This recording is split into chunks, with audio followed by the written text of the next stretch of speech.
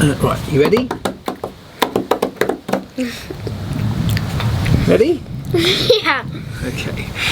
What's up, guys? Welcome to another Ask Elvis video, and this week, because it is the start of the school holidays for the next 6 weeks, I've got a special helper. Rex, my other little one, the other half of this duo, is off doing football all week this week. I've got a rare day off filming as well today, so today's a Daddy and Ginger day, isn't it? So you're going to help me with the video. So thank you very much for sending in all of your questions, loads of them as ever, which I always really appreciate, particularly on a non-race weekend week where there's been no Formula 1 action. So a Formula 1 Grand Prix obviously just stimulates people to write immediate reactions to the race, but when there's not a race going on, I still get loads and loads of questions, and I really, really appreciate those. Ginger has them all on my phone here, and is going to go through and pick some for us to answer. So, shall we get into it? Yeah. Right, here we go.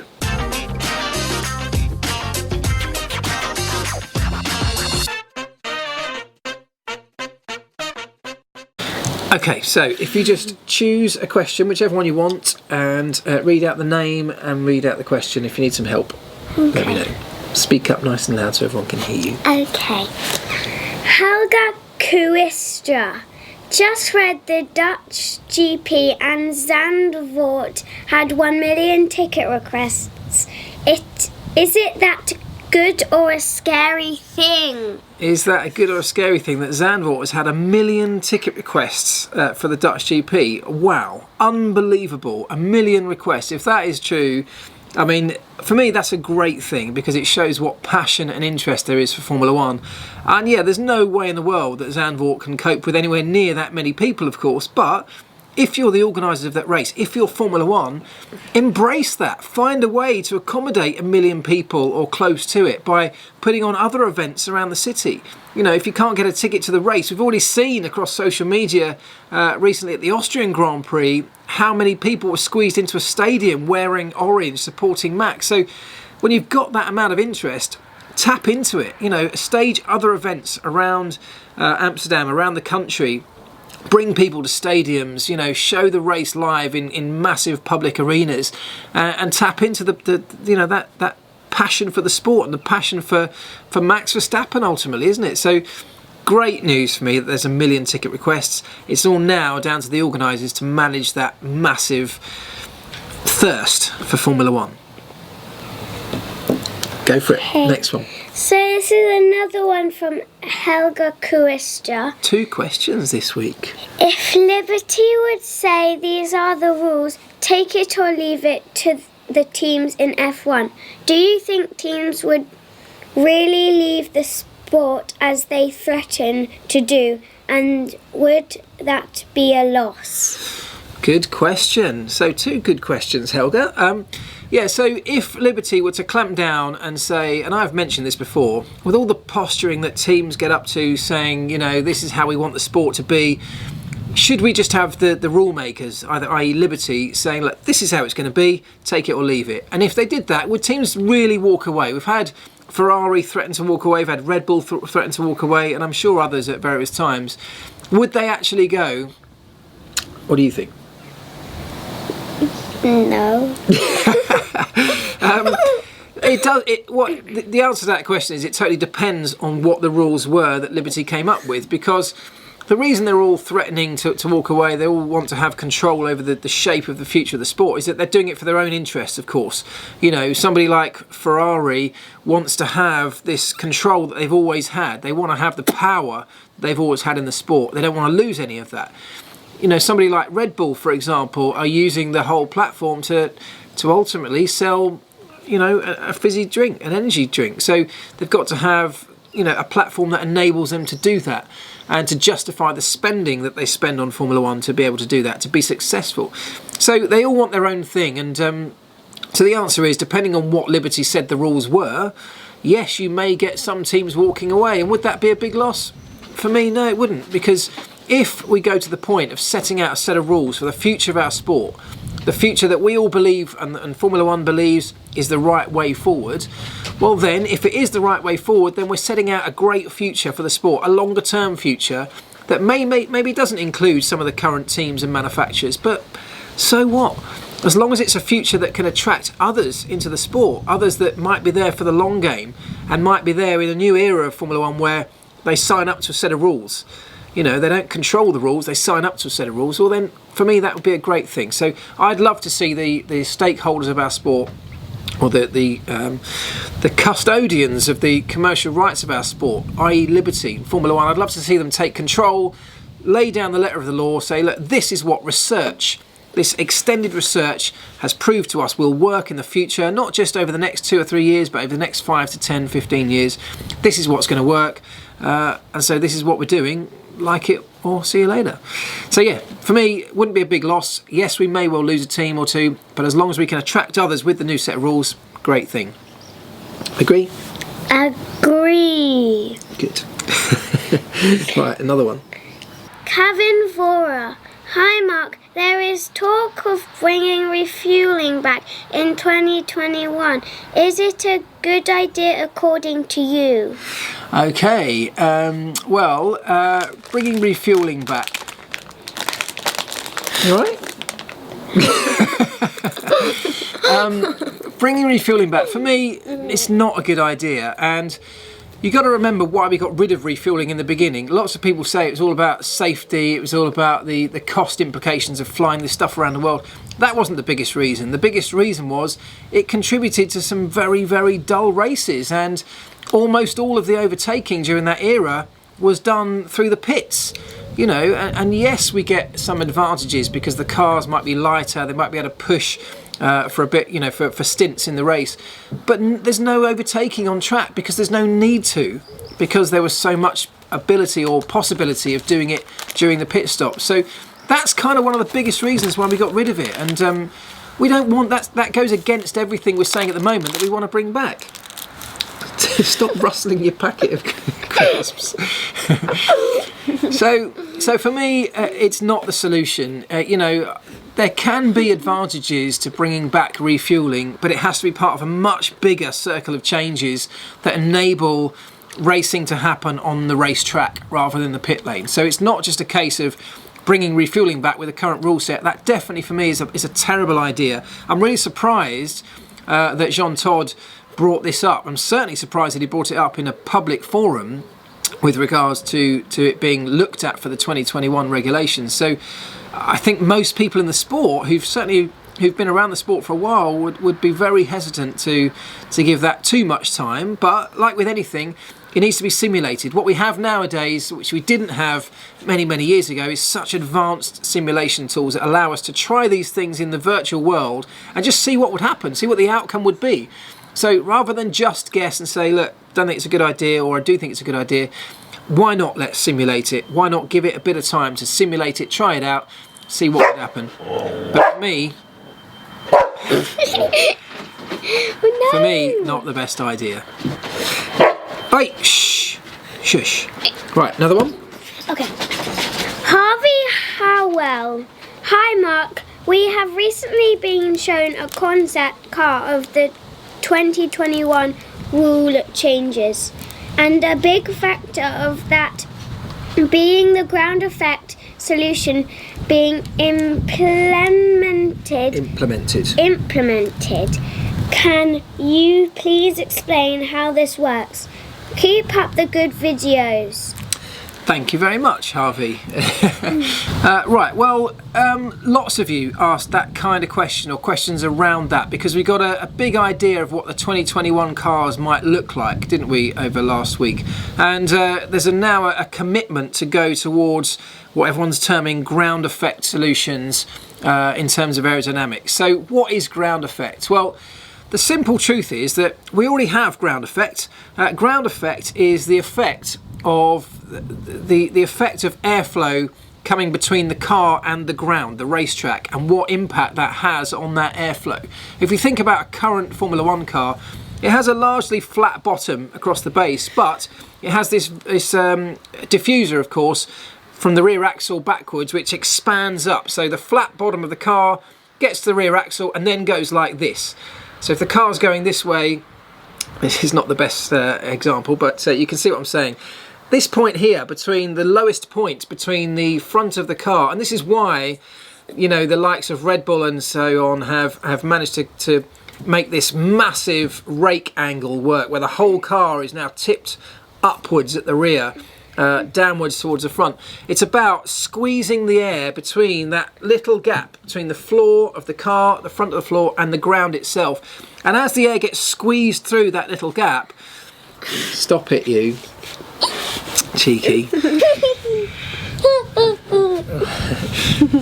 As the air goes through that small gap at the front of the car, it gets accelerated to a very, very high velocity, and then of course it expands from that tiny gap out through the raised rake angle, and then out even more so through the diffuser angle at the back, this big expansion chamber at the back of the car. And it's that acceleration of airflow and that massive pull down onto the racetrack that generates, that sucks the car onto the floor and creates an awful lot of downforce. So already we're using ground effect to produce a huge amount of the car's downforce via the floor and the diffuser. But we're very limited on what we can do with that because of the rules stipulating we have to have a flat bottom for the most part of the floor. Now that goes against what we had back in the 70s, wasn't it, when ground effect was really introduced to great effect back then. I think it was by Lotus, wasn't it? And the effect that had was, instead of having the flat floor, we sealed the edges of the floor to the racetrack with little skirts, so that the whole underside of the car became a tunnel that was sealed at the edges.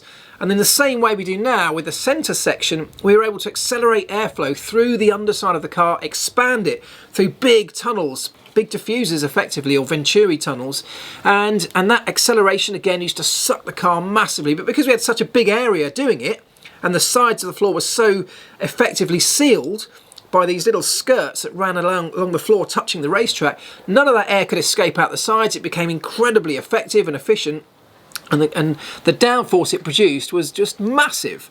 So that's what we're trying to get back to for 2021 by using the whole underfloor section and creating more than one Venturi section, or essentially more than one diffuser, and just increasing the amount of airflow we can get under there, and therefore the amount of downforce or pull that we can get to suck the car onto the racetrack.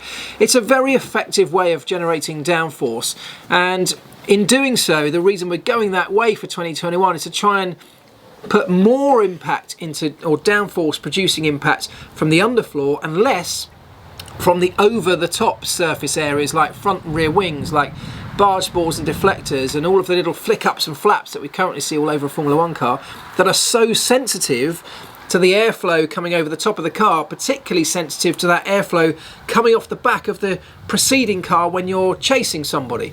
So when you get within a few car lengths at the moment, that airflow coming off the back of the leading car is so messed up and turbulent and spiraling through all the vortices that are coming off the back of the rear wing and back of the lead car, that the car behind, which is designed to work in nice clear laminar airflow to produce its maximum downforce, loses a huge chunk of its downforce because of all the spiralling messy air coming off the front car. And that's what we're trying to avoid. If we can have less reliance on those front wings and over the top aero surfaces, we're less affected by that turbulent air coming off the car in front. That's what we're trying to achieve, because the underfloor airflow is much less impacted by that turbulence, and there's less turbulence at that level anyway through the lead car. So the idea behind it is all very, very sensible. It makes an awful lot of sense. But we shouldn't get confused with the idea that ground effect is a new thing, or even that we don't use ground effect now, because we absolutely do. Ground effect is simply the concept of the impact of a moving body, into how its interaction with airflow between that and the ground itself, how they interact with each other. A front wing already uses ground effect, particularly on those high rate cars where the front is tipped down, trying to minimise the gap between the front wing leading edge and the floor itself. Uses ground effect to great effect, to great impact. So we already have it, but that's, I hope, has explained in some way how it works and why we're going in that direction. Personally, I do think it's a great idea. I think it has to come as part of a load of other sweeping changes, which it is doing, but I do think that gives us some great scope to to hopefully get a bit closer racing, or at least give us the opportunity to follow cars.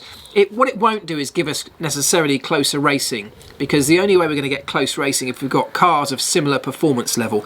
But that's a whole nother story. What it should do is allow cars to follow each other when they get up behind each other, to maintain that chasing momentum, and then effectively, put in an overtake if and when they get the chance.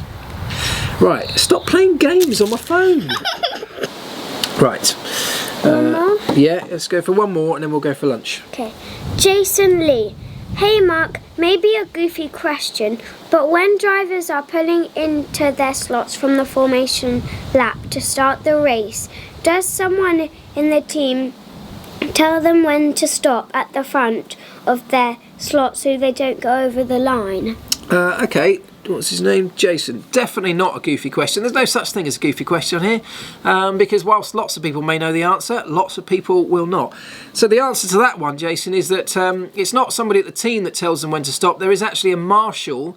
There's two ways that the driver knows how he's reached the front of his grid slot, because as I'm sure you're alluding to there, the driver himself sat in the cockpit, all he can see from his seating position is the top of his front tyre. He can't see down onto the floor when the tyre rolls up to the line. So there are two ways that he knows he's at the front of his grid slot. One is that line at the front of the grid slot is extended out a long way wider than the grid slot itself, so he can look over the side of the cockpit and he can see that line. So that's done specifically for that reason. And the other one is that there is a marshal on the pit wall, hanging through the gap in the pit wall fence, holding out that driver's number in line with the front of his grid slot. And so that's how he knows where the grid slot is. And as he rolls up to it, he looks out the side of the cockpit, he sees the extended yellow line, and he stops the car in the right place. So that's how he does it. The team are not, the team don't have a better view than the driver does. So it wouldn't be down to the team. It's literally that's the system. That's the way that Formula One does it, and it tends to work. So definitely not a goofy question. Thanks very much for asking me it. We will pick up some more of these a bit later on, but we're going to go for lunch. Yeah!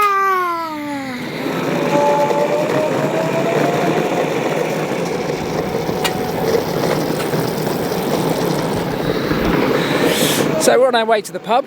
One more quick question on the way, and this one's from Tuna the F1 fan. Great Twitter name, by the way. And the question says, hi Mark, why is the show called Ask Elvis when your name is Mark?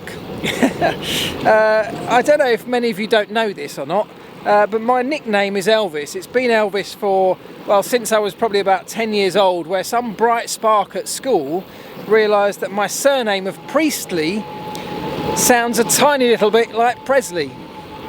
And there you go, it stuck.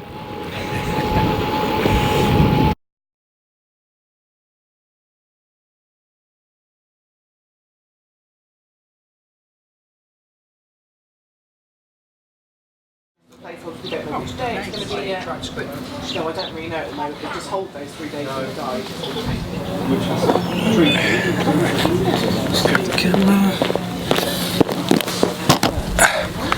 Right, great pub lunch with little Ginger. Enjoy that? Yeah! Now we've got to head home and then go and get Rex.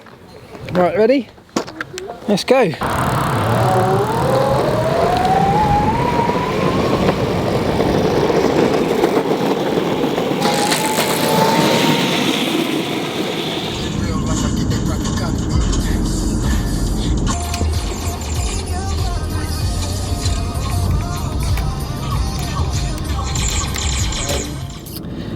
So, just picked up Rexy from his day at Chelsea Football Club, doing training all week this week. Have a good day, mate? Yeah. Yeah? Loved it? Yeah. Shame it's Chelsea, but they're nearest club to us. And because Ginger has done all of the questions so far today, we're going to let Rex do this one. So, go on, mate, pick a question and read it out. Seeing as Mercedes are joining Formula E and with budget caps being introduced, couldn't Mercedes spend a lot of their R&D money on the batteries and motors in Formula E and then use that technology in their F1 program as a way of getting around the budget cap? Excellently read, well done. So the answer to that, as we get going, because we need to get home, the answer to that is absolutely, they can do that. So they can use a lot of the R&D to learn stuff around batteries and motors in Formula E, and you know, that's one of the reasons Mercedes is getting involved, and everyone else getting involved in Formula E.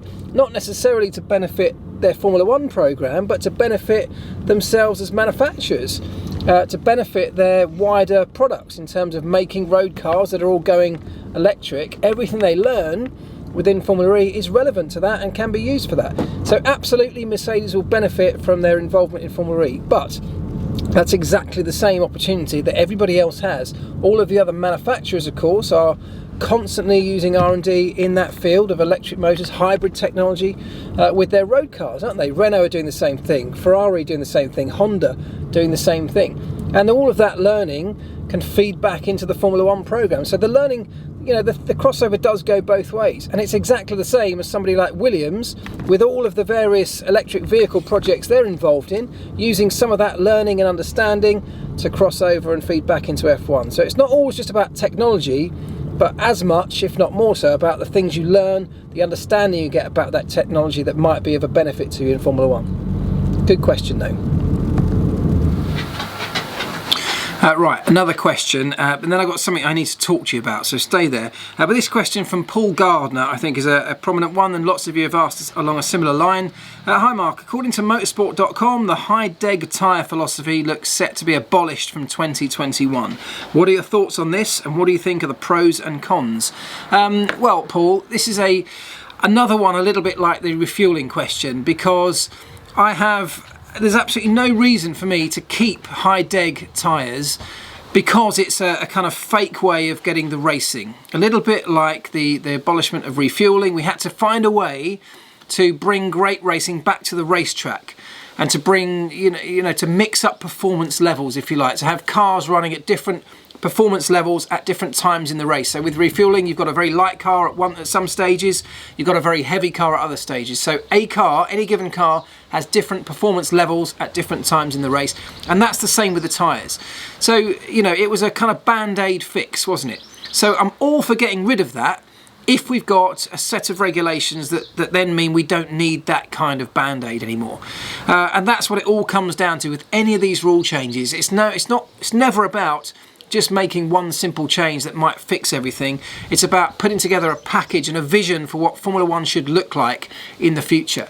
And undoubtedly, lots of people won't like that vision, because whenever you dream and look into the future, people don't like it because they like what they've got now lots of the time. They're familiar with it, they're comfortable with it. Even if they don't think it's the absolute best product, they know how it works, they're comfortable with it, and people don't like change. So there will be a lot of resistance to this, but if we can put together a package of rules, whatever that might be, and they could be very different to what we have now, which is why it will come up against some resistance.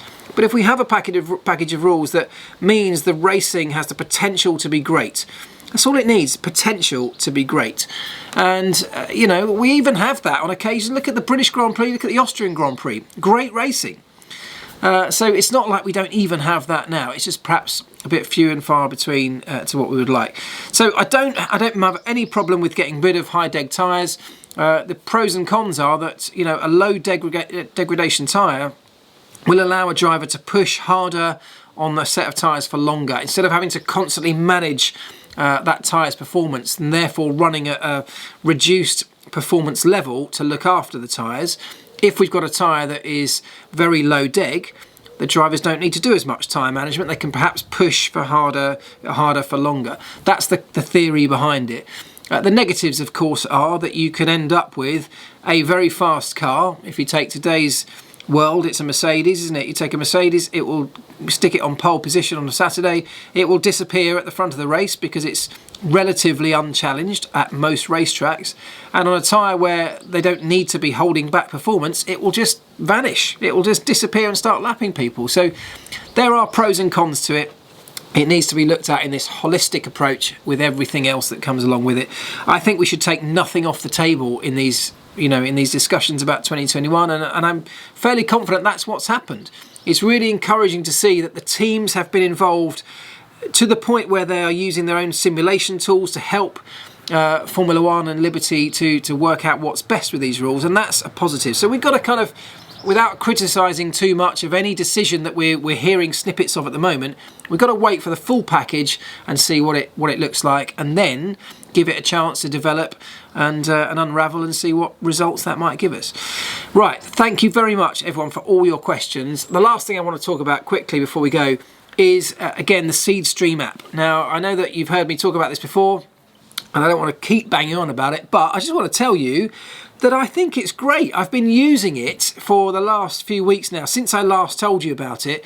And although it's had last week was a bit quiet because they were away doing a fairly substantial update to the app, it's back on stream now, and there is so much really useful stuff in that app, and I just would encourage you again to download it if you haven't already, to take a look at it, and if you don't like it, that's fine, let us know, let Ollie know who's developing it, let him know why you don't like it perhaps, but it's very much still in a test phase right now, and a beta phase if you like, but it's a really, I turn it on every morning, and actually now it's become one of the first apps that I check in the morning, because all of the F1 content from across many websites, you know, you get videos, you get podcasts, you can get all sorts of information will turn up, and this is all coming on stream gradually, but it's all turning up in the one place from websites that I would never normally check, but some really interesting stories coming through that otherwise may have slipped under my radar.